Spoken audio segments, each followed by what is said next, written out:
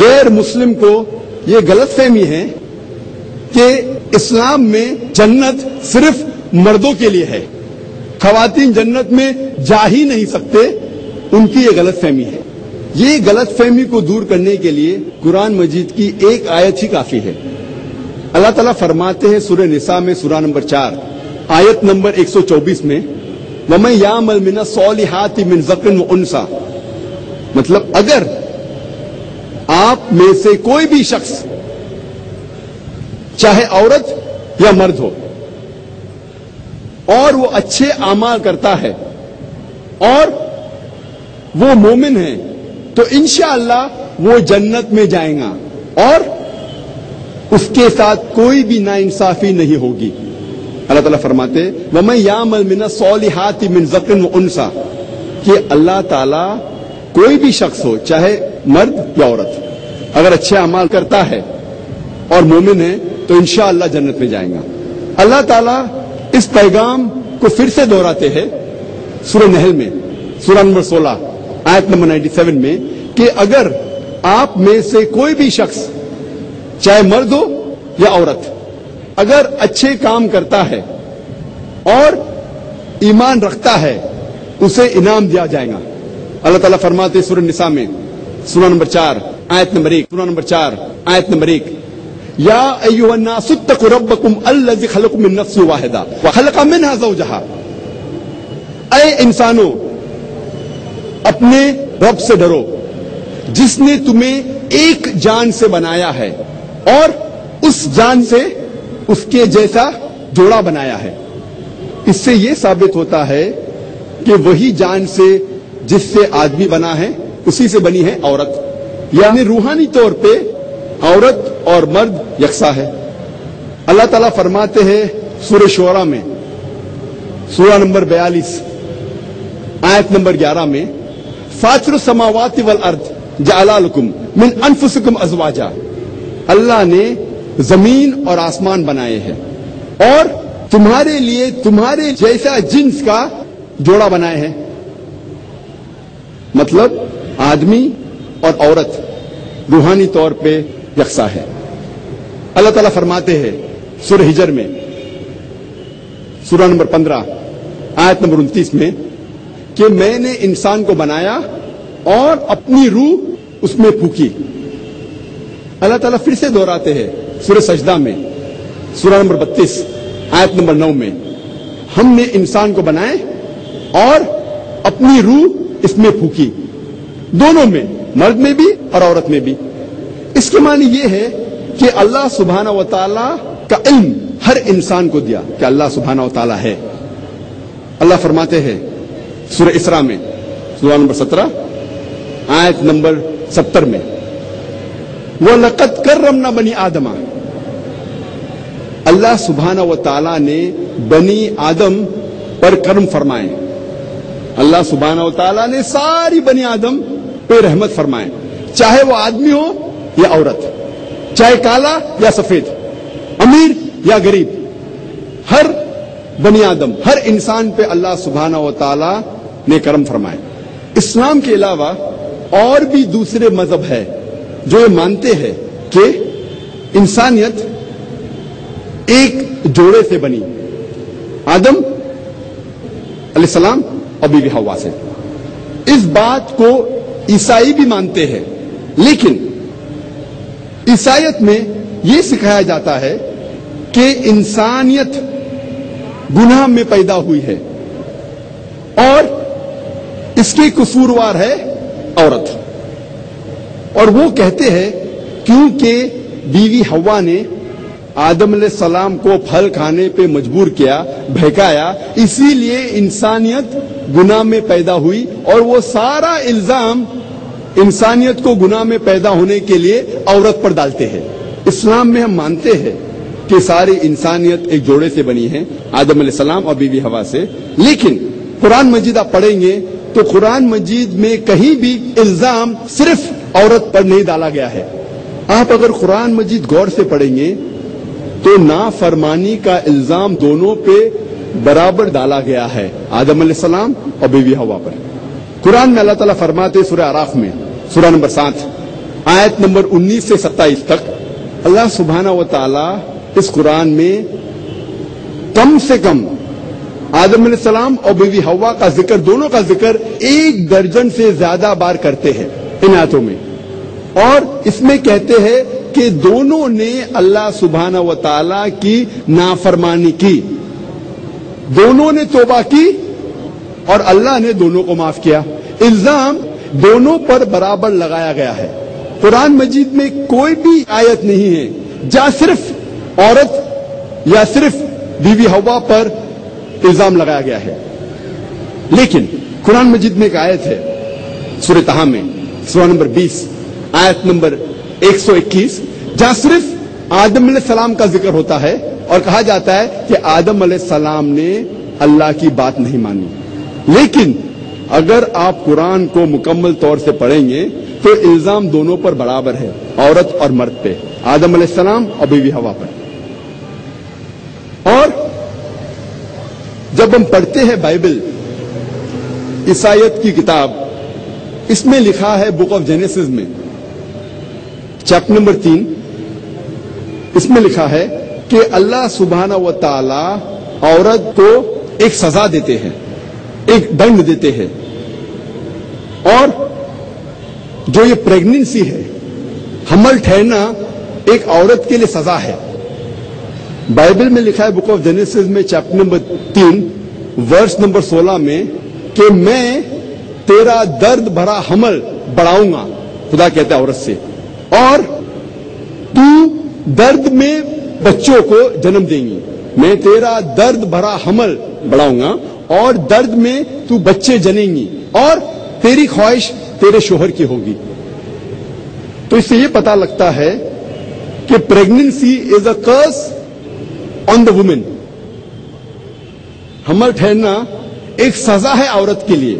لیکن جب ہم قرآن مجید پڑھتے ہیں، قرآن میں اللہ تعالیٰ فرماتے ہیں سورہ نساء میں سورہ نمبر 4 آیت نمبر 1 میں، respect the womb that bore you, عزت کرو اس کوکھ کی جس نے تمہیں جنم دیا۔ اللہ تعالیٰ فرماتے ہیں سورہ انعام میں سورہ نمبر 6 آیت نمبر 151 میں کہ آپ اپنے والدین کی عزت کرو، نیک سلوک کرو۔ اللہ تعالیٰ فرماتے ہیں سورہ لقمان میں سورہ نمبر 31 آیت نمبر 14 میں کہ ہم نے انسان کے لیے فرض کیا ہے کہ وہ اپنے والدین سے حسن سلوک کرے، اور آپ کی والدہ نے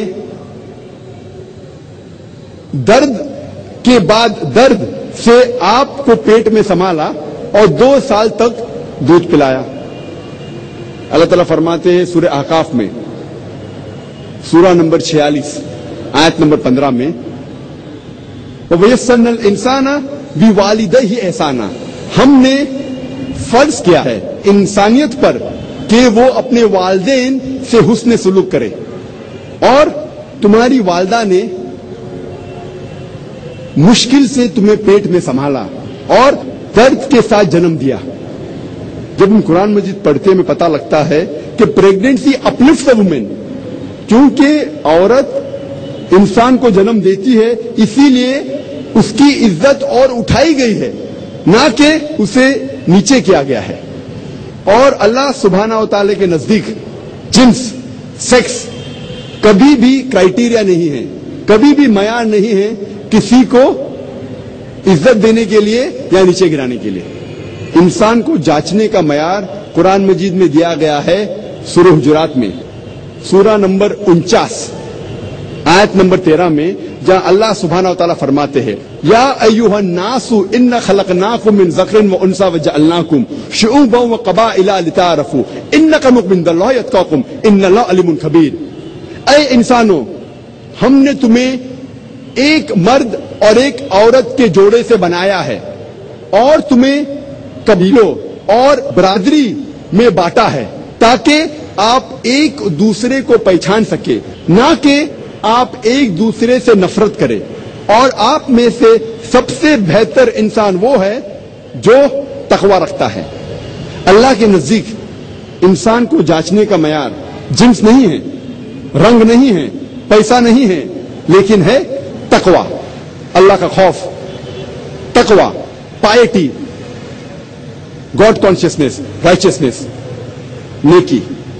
اور جنس کبھی بھی معیار نہیں ہے اللہ سبحانہ و تعالیٰ کے لیے کہ وہ کسی کو سزا دے یا کسی کو ریوارڈ دے, کسی کو انعام دے.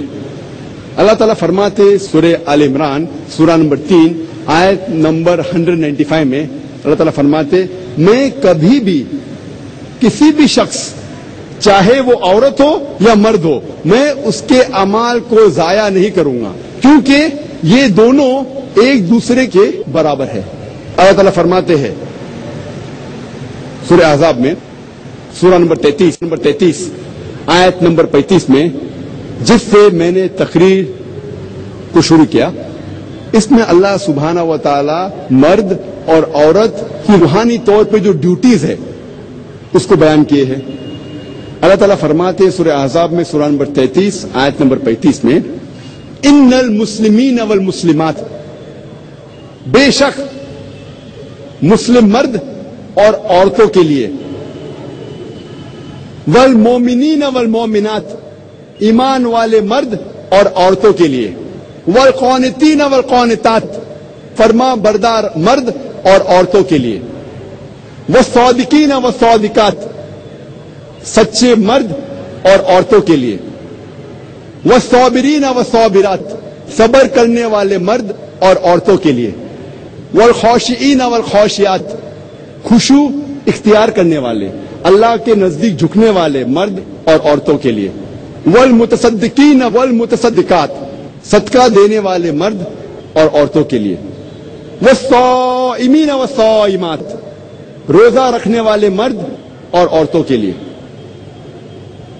والحافظین فروجهم والحافظات, اپنی عزت اور آبرو کی حفاظت کرنے والے مرد اور عورتوں کے لیے, والذاکرین اللہ کثیرا والذاکرات, اللہ کی بے حد تعریف اور ذکر کرنے والے مرد اور عورتوں کے لیے, اعد اللہ لہم مغفرۃ و اجر عظیما, اللہ نے ان کے لیے بے حد انعام رکھا ہے اور مغفرت رکھی ہے.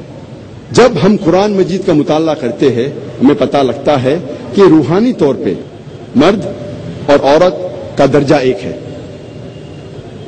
اب ہم تذکرہ کریں گے اسلام میں خواتین کے معاشی حقوق. اسلام نے خواتین کو معاشی حقوق مغربی ممالک سے کم 1300 سال پہلے دیے. اسلام میں 1400 سال پہلے بالغ عورت کو حق ہوتا ہے کہ وہ اپنی جائیداد بیچے یا خریدے بنا کسی کو پوچھ کے.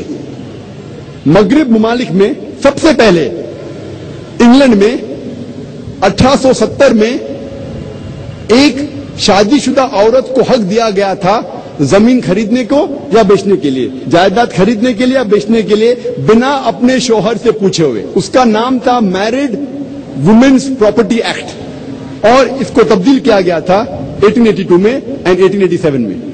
سب سے پہلی بار اسلام نے یہ حق عورت کو مغربی ملک سے 1300 سال پہلے دیے. اسلام میں عورت نوکری کر سکتی ہے وہ جو شریعت اسے اجازت دیتی ہے.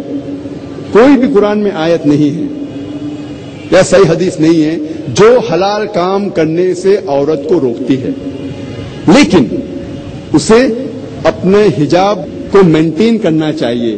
حجاب کو اختیار کرتے ہوئے اگر نوکری کرنا چاہے تو کر سکتی ہے. اگر ایسا کوئی کام ہے جو اسے حجاب کرنے سے روکتا ہے تو وہ نوکری, وہ کام صحیح نہیں, وہ ان اسلامک ہے, غیر اسلامک ہے. وہ کام جو جسم کی نمائش کرتا ہے, مثال کے طور پہ ڈانسنگ, فلم ایکٹنگ, ماڈلنگ, یہ سارے کام حرام ہیں. بہت سے کام جو مرد کے لیے حرام ہے وہ عورت کے لیے بھی حرام ہے. مثال کے طور پہ شراب خانہ میں کام کرنا, جوئے کے اڈے میں کام کرنا, غیر اسلامک کام کرنا, یہ سارے کام دونوں کے لیے حرام ہے, مرد کے لیے بھی عورت کے لیے بھی. اور عورت گھر میں سلائی کر سکتی ہے, پوٹری برتن بنا سکتی ہے,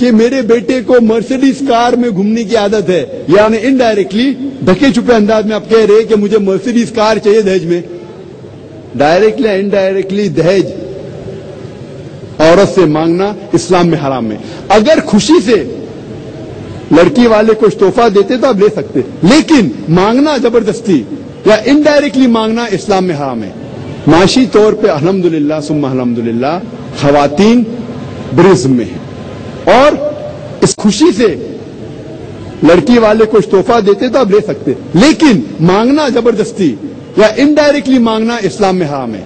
معاشی طور پہ الحمدللہ ثم الحمدللہ خواتین برزم میں ہیں، اور اسلام میں اگر ڈیورس ہوتا ہے، طلاق ہوتا ہے، یا شوہر مر جاتا ہے، عورت ودوا ہو جاتی ہے، اسے عدت کے دوران اس کی ساری فائنینشیل لائبلٹیز، جو خرچہ ہوتا ہے، معاشی خرچہ جو ہوتا ہے عدت کے دوران، اس کی ذمہ داری ہے آدمی کی. اگر وہ زندہ ہے طلاق کے دوران وہ سارا خرچہ اٹھانا چاہیے. اگر اس کا انتقال ہو گیا تو اس کی دولت میں سے وہ عدت کے دوران سارا خرچہ مرد کی دولت میں سے عورت کا خیال رکھا جاتا ہے. اور اگر وہ پیٹ سے ہے، حمل سے ہے، تو جب تک بچہ پیدا ہوتا ہے اس ٹائم تک سارا خرچہ آدمی کو اٹھانا چاہیے. اور اگر بچہ پیدا ہوتا ہے اور بچہ ہے تو جب تک بچہ بالغ ہوتا ہے اس کا خرچہ اٹھانا چاہیے مرد کو.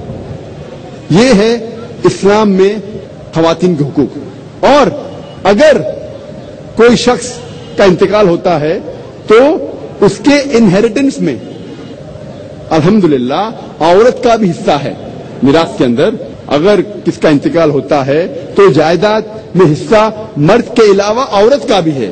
یہ تھا مختصر سے خواتین کے معاشی حقوق اسلام میں.